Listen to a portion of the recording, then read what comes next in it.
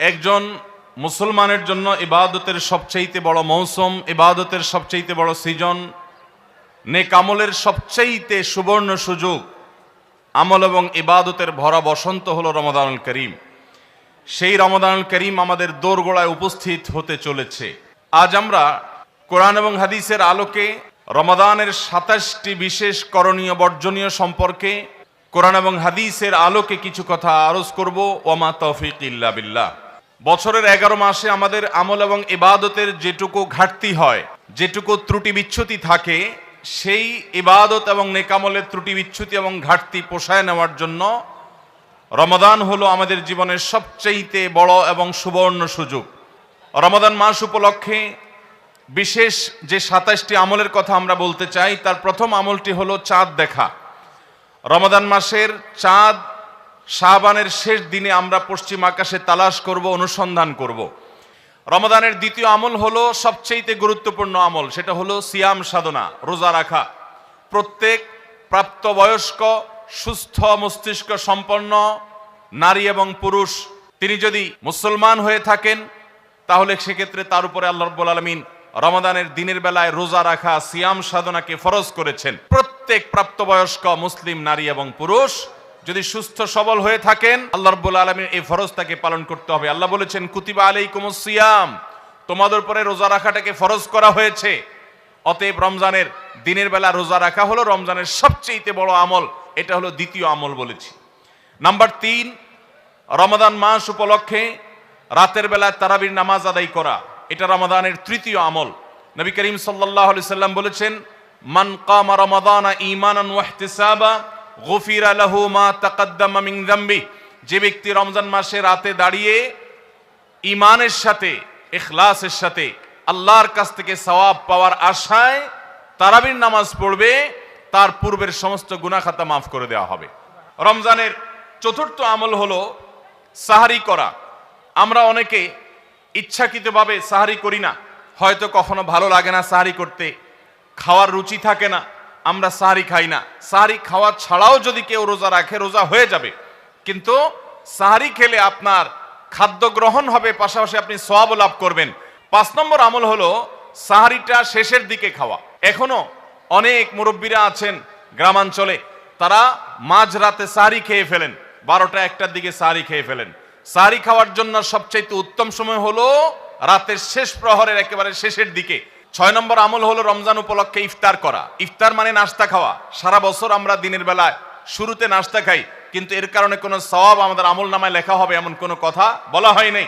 কিন্তু রমজান মাসের সন্ধ্যা যখন আপনি ইফতার খাবেন, এই ইফতার খাওয়ার মাধ্যমে আপনি একটা সুন্নাহর উপর আমল করলেন, এটার কারণে আপনার আমল নামাতে একটা সওয়াব লেখা হবে।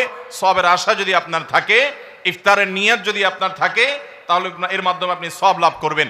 7 নম্বরের আমল হলো ইফতারটা তাড়াতাড়ি করা, ইফতার বিলম্বে না করা। আমরা অনেকে আছি ইফতার অনেক বেশি দেরি করি। আমরা মনে করি যত দেরি করে ইফতার করা যায় ততই বোধহয় রোজাটা নিশ্চিতভাবে শুদ্ধ হয়, সঠিক হয়। এটা ভুল ধারণা। নবী করিম সাল্লাল্লাহু আলাইহি সাল্লাম বলেছেন, যতদিন পর্যন্ত এই উম্মত মুসলমান জাতি ইফতার দ্রুততার সাথে করবে, অর্থাৎ ওয়াক্ত হওয়ার পর আর বিলম্ব করবে না, ততদিন পর্যন্ত তারা কল্যাণের মধ্যে থাকবে। 8 নম্বরের রমজানের আমল হলো ইফতারের দোয়া পড়া। ইফতারের দোয়াটা আমরা অনেকে জানিও না, আবার অনেকে জানলেও সেটা কখন পড়তে হয় সেটা জানি না। ইফতারের শুরুতে বিসমিল্লাহ বলে ইফতার শুরু করতে হবে, ইফতার করার শেষ, এরপরে দোয়া পড়তে হবে। আমরা অনেকে ইফতারের আগে দোয়া পড়ি, এই দোয়াটা ইফতার দোয়াটা পড়তে হয় ইফতারের পরে। দোয়াটা হলো যাহাবাজ জামা ওয়াবতাল্লাতিল উরুক ওয়া সাবাতাল আজরু ইনশাআল্লাহ, এটা হলো দোয়া। 9 নম্বরের আমল হলো ইফতার এবং সাহারি উভয়টাতে খেজুর খাওয়া, এটা সুন্নাহ। খেজুরের মধ্যে প্রচুর খাদ্য শক্তি আছে। আমরা রমজান মাসে যে রোজা রাখি, সারাদিন পানাহার বর্জন করে থাকি, আমরা যদি সাহারিতে খেজুর খাই, আমাদের শরীরে প্রচুর পরিমাণ খাদ্য শক্তি থাকবে। 10 নম্বরের রমজানের আমল হলো দিনভর বেশি বেশি দোয়া করতে থাকা। ভাইরা আমার, রোজাদার ব্যক্তির দোয়া আল্লাহ রাব্বুল আলামিন ফিরিয়ে দেন না। রোজাদার ব্যক্তি দিনভর আল্লাহর কাছে দোয়া করতে থাকলে সে দোয়া কবুল হয়। নবী করিম সাল্লাল্লাহু আলাইহি সাল্লাম বলেছেন যে কয়েক ব্যক্তির দোয়া ফেরত দেওয়া হয় না, এর ভিতরে একজন হলেন আস-সাইমু হাত্তা ইফতির। রোজাদার ব্যক্তি ইফতার করা পর্যন্ত তার দোয়া কবুল হতে থাকে। আপনি রোজাদার অবস্থায় দোকানে কাজ করছেন, খেতে খামারে কাজ করছেন, আপনি ব্যবসা প্রতিষ্ঠানে কাজ করছেন, আপনি রাস্তায় হাঁটাচলা করছেন, মা বোনরা বাসা বাড়িতে গৃহস্থলী কাজকর্ম করছেন, এই কাজের ফাঁকে ফাঁকে ওযু নেই, অসুবিধা নেই, এই অবস্থায় আপনি দোয়া করতে থাকেন। রোজাদার অবস্থায় দোয়া কবুল হয়। সারাদিন আপনি মনে মনে আপনার চাওয়াগুলো আল্লাহর কাছে নিবেদন করেন, আল্লাহর সাথে আপনি কথা বলতে থাকেন, কারণ দোয়া কবুলের একটা মোক্ষম সময় হলো রমজান মাসে এই রোজা অবস্থায়। 11 নম্বর রমজানের বিশেষ আমল হলো সকল প্রকার পাপাচার বর্জন করা, কারণ রমজানের রোজার উদ্দেশ্যই হলো আমরা যেন পাপাচার বর্জন করতে পারি। 12 নম্বর আমল হলো পাপাচারের মধ্যে আবার বিশেষ করে মিথ্যা কথা, মিথ্যা কাজ, প্রতারণা 2 নম্বরই, এগুলো পরিহার করে চলা। এগুলো অন্য সময় তো পরিহার করতেই হবে, রমজানে আরো বিশেষ গুরুত্বের সাথে পরিহার করতে হবে। বুখারীর হাদিসে আসছে, নবী করিম সাল্লাল্লাহু আলাইহি সাল্লাম বলেছেন, মাল্লাম ইয়াদা কাওলাজ জুরি ওয়াল আমাল বিহি ফালাইসা লিল্লাহি হাজা আন ইয়াদা তাআমাহু ওয়া শারাবা। যে ব্যক্তি মিথ্যা কথা, মিথ্যা কাজ এগুলো ছাড়লো না, সেই ব্যক্তির উপবাস থাকায় আল্লাহর কোনো ঠেকা পড়ে নাই। অর্থাৎ তার এই রোজা থাকাটা উপোস থাকা ছাড়া কিছুই নয়। 13 নম্বর আমল হলো স্পেশালি ঝগড়াঝাটি থেকে বিরত থাকা। 14 নম্বর বিশেষ আমল হলো সাধারণ যত আমল আছে, সাধারণ যত ভালো কাজ আছে, সেই ভালো কাজগুলো এই মাসে সবচেয়ে বেশি গুরুত্বের সাথে করা। কারণ আপনারা জানেন নবী করিম সাল্লাল্লাহু আলাইহি সাল্লাম বলেছেন, রমজানের শুরুর দিকে আল্লাহর পক্ষ থেকে এক ফেরেশতা ঘোষণা দিতে থাকে, ইয়া বাগিয়াল খায়র আকবিল। তোমাদের মধ্যে কেউ কি কোনো কল্যাণের পথে চলতে চায়, এমন কোন মানুষ আছে যে কল্যাণকামী, যে ভালো কাজ করতে চায়, তাহলে সে যেন অগ্রসর হয়। কারণ ভালো কাজ করার মৌসুম এসেছে, সময় এসেছে, সুবর্ণ সুযোগ এসেছে। এটা আমল করার সময়, এটা নিজের আমল নামার শূন্য স্থানগুলো পূরণ করার সময়, এটা জান্নাতের পথে এগিয়ে যাওয়ার সময়। অতএব যত নেক আমল আছে, সেটা যেই ধরনেরই হোক না কেন, সকল ভালো কাজ সবচেয়ে বেশি করতে হবে এই রমজান মাসে।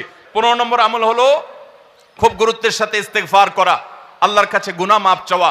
এটা হলো 15 নম্বর আমল, যে গুনাহগুলো মাফ করাবো, জাহান্নাম থেকে মুক্তির পরোয়ানা দেয়া হয়, সেটি আমার নামটা যেন সেই তালিকায় যায়, সেই চেষ্টা আমরা করব প্রতিদিন। 16 নম্বর রমজানের বিশেষ আমল হলো রোজাদারকে ইফতার করানো। নবী করিম সাল্লাল্লাহু আলাইহি সাল্লাম বলেছেন, মান ফাত্তারা সাইমান ফালাহু মিসলু আজরিহি মিন গায়রি আন ইউনকাসা মিন আজরিহি শাইআ। যদি কেউ কোনো রোজাদারকে ইফতার করায়, আল্লাহ রাব্বুল আলামিন ওই রোজাদারের রোজার কারণে তিনি যে সওয়াব পেয়েছেন তারটা তিনি পাবেন, অতিরিক্ত বোনাস হিসেবে যেই লোকটা ইফতার করালো রোজাদারকে, আল্লাহ তাআলা তাকে সমপরিমাণ সওয়াব দান করবেন। 17 নম্বর রমজানের স্পেশাল আমল হলো যে রমজানের বিশেষ গুরুত্বের সাথে কোরআন তেলাওয়াত করা। কারণ রমজান মাসের পরিচয় দিতে গিয়ে আল্লাহ তাআলা কোরআনে বলেছেন, শাহরু রমাদান আল্লাযী উনজিলা ফীহিল কুরআন। রমজান এমন মাস যে মাসে কোরআন নাজিল করা হয়েছে। এই কোরআন দিয়ে রমজানকে আল্লাহ পরিচয় দিয়েছেন। রমজান মাসের মর্যাদাই হয়েছে কোরআনের কারণে। এই জন্য কোরআনের সাথে রমজানে বেশি সময় কাটাতে হবে। কোরআনের হালাকা করবেন, কোরআনের মজলিস করবেন, কোরআন শিক্ষার আসর করবেন, ইমাম সাহেব মুয়াজ্জিন সাহেবকে দিয়ে প্রতিটা মসজিদে মসজিদে মুসল্লিরা কোরআন শুদ্ধ করবেন, বিশুদ্ধ করে তেলাওয়াত করবেন। কোরআন প্রতিদিন একটু একটু করে তেলাওয়াত করবেন। সম্ভব হলে গোটা রমজানে কমপক্ষে একটা বার কোরআন পড়ে শেষ করবেন। 18 নম্বর আমল হলো কোরআন তেলাওয়াত করার আমল। আমরা সবাই জানি, কিন্তু কোরআন রমজান মাসে নবী করিম সাল্লাল্লাহু আলাইহি সাল্লাম শোনাশুনি করতেন, এটা আমরা অনেকে জানি না। জিবরিল আলাইহিস সালামের সাথে নবী করিম সাল্লাল্লাহু আলাইহি সাল্লাম কোরআন শোনাশুনি করতেন। তিনি জিবরিলকে শোনাতেন, জিবরিল তাকে শোনাতেন। এই জন্য রমজান মাসে আপনি কোরআন তেলাওয়াত করে আপনার স্ত্রীকে শোনান, স্ত্রী তেলাওয়াত করবে, আপনি শুনেন, আপনি অন্য কারোর সাথে এভাবে শোনাশুনি করেন। 19 নম্বর আমল হলো সাদাকা করা, দান করা। 20 নম্বর আমল হলো সাহরি খেতে আমরা যখন উঠি তখন একটু তাহাজ্জুদের নামাজ পড়া, একটু দোয়া করা। এই সুযোগটা 11 মাস আমাদের হয় না। তাহাজ্জুদের নামাজ এত গুরুত্বপূর্ণ যে কোরআনে কারিমে আল্লাহ রাব্বুল আলামিন এই নফল আমলের নির্দেশ করেছেন, অমিনাল লাইলি ফাতাহাজ্জাদ বিহি নাফিলাতাল লাক। রাতের কিছু অংশ নফল হিসাবে তুমি তাহাজ্জুদ পড়ো। ভাইরা আমার, 5 ওয়াক্ত নামাজের জন্য ডাকে মুয়াজ্জিন আজানের মাধ্যমে, আর তাহাজ্জুদের জন্য ডাকেন স্বয়ং আল্লাহ রাব্বুল আলামিন। 21 নম্বর আমল হলো আল্লাহ যাদেরকে সামর্থ্য দিয়েছেন তারা উমরা করবেন। রমজানে উমরার ফজিলত হলো, নবী করিম সাল্লাল্লাহু আলাইহি সাল্লাম বলেছেন, উমরাতুন ফি রমাদান তাআদিলু হাজ্জাহ। রমজানের একটা উমরা একটা হজের সমতুল্য। 22 নম্বর আমল হলো রমজানে দিনের বেলা রোজা রেখে বেশি বেশি মেসওয়াক করবেন। আমরা অনেকে এটা জানি না যে রোজা রেখে মেসওয়াক করা যায়। আমরা বরং অনেকে মেসওয়াক করি না যে রোজা দুর্বল হয় কিনা। অথচ আম্মাজান আয়েশা রাদিয়াল্লাহু তাআলা আনহা বলেছেন যে আমি নবী করিম সাল্লাল্লাহু আলাইহি সাল্লামকে রমজান মাসে রোজা রেখে এত বেশি পরিমাণে মেসওয়াক করতে দেখেছি যে গুণে শেষ করা যাবে না। এই জন্য রমজান মাসে আপনার পকেটে মেসওয়াক থাকতে হবে। 23 নম্বর আমল হলো রমজানের শেষ 10টা দিন ইতিকাফে বসে যাওয়া। যাদের তৌফিক আছে মসজিদে ইতিকাফে বসে যাবেন। 24 নম্বর আমল হলো রমজানের শেষ দশকে বেশি বেশি ইবাদত করার চেষ্টা করা।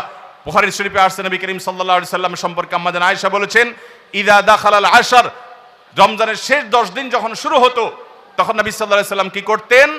আইকাজ আহিয়া লাইলা, সারা রাত আর ঘুমাতেন না। শেষ 10 দিন সারা রাত ঘুমাতেন না। ওয়াসাদ্দা মিযজারা, কোমর বেঁধে নিতেন।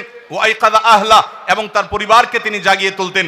আরেক হাদিসে আসছে নবী সাল্লাল্লাহু আলাইহি সাল্লাম বলেছেন, কারণ নবী সাল্লাল্লাহু আলাইহি ওয়াসাল্লাম ইযা দাখালাল আশর ইয়াজতাহিদু ফীহি মা লা ইয়াজতাহিদু ফী গায়রি, নবীজির জীবনে কখনো ইবাদতের জন্য এত চেষ্টা করতেন না যত চেষ্টা করতেন রমজানের শেষ দশকে ইবাদতের জন্য।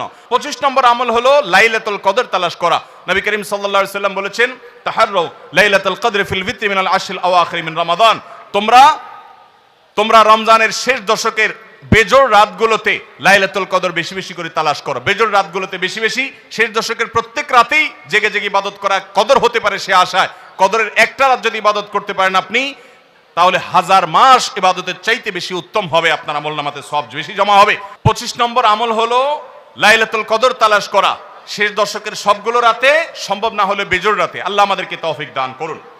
আর 26 নম্বর আমল হলো লাইলাতুল কদর যদি আমরা পেয়ে যাই, মনে হয় যে এটা লাইলাতুল কদর হতে পারে, তাহলে একটা বিশেষ দোয়া পড়া। দোয়াটা হলো আল্লাহুম্মা ইন্নাকা আফুউন তুহিব্বুল আফওয়া ফাআফু আন্নি, হে আল্লাহ আপনি ক্ষমাশীল, আপনি ক্ষমা করতে ভালোবাসেন, পছন্দ করেন, আপনি আমাকে ক্ষমা করুন। এই দোয়াটা পড়বো তো ইনশাআল্লাহ। 27 নম্বর এবং সর্বশেষ আমল হলো রমজানের শেষে, ঈদের চাঁদ দেখা যাওয়ার পর অথবা ঈদের চাঁদ দেখা যাওয়ার একদিন আগেও করা যায়, ফিতরা আদায় করা, গরিবদের বাসায় খাদ্য পৌঁছে দেওয়া। এটা কেন করব? নবী করিম সাল্লাল্লাহু আলাইহি সাল্লাম বলেছেন, যাকাতুল ফিত্রে তুহরাতান লিস-সাইমি আনিল লাগবি ওয়ার রাফাস ওয়া তু'মাতান লিল মাসাকিন। ফিতরা এটা হলো দুইটা উদ্দেশ্যে। এক হলো রোজা রেখে আমাদের যে ছোটখাটো ভুল ত্রুটি হয়, অনর্থক কথা হয়ে যায়, এগুলো থেকে রোজাটাকে পরিচ্ছন্ন করার জন্য সদকায়ে ফিতর বা আমরা যে ফিতরা দেই এটা ভূমিকা রাখে, এটা কার্যকর হয়, আমাদের রোজাকে ত্রুটিমুক্ত করে দেয়, রিফাইন্ড করে দেয়। আর দ্বিতীয়ত হলো ঈদের দিন গরিব দুঃখীদের বাসায় খাবারের নিশ্চয়তা এনে দেয়।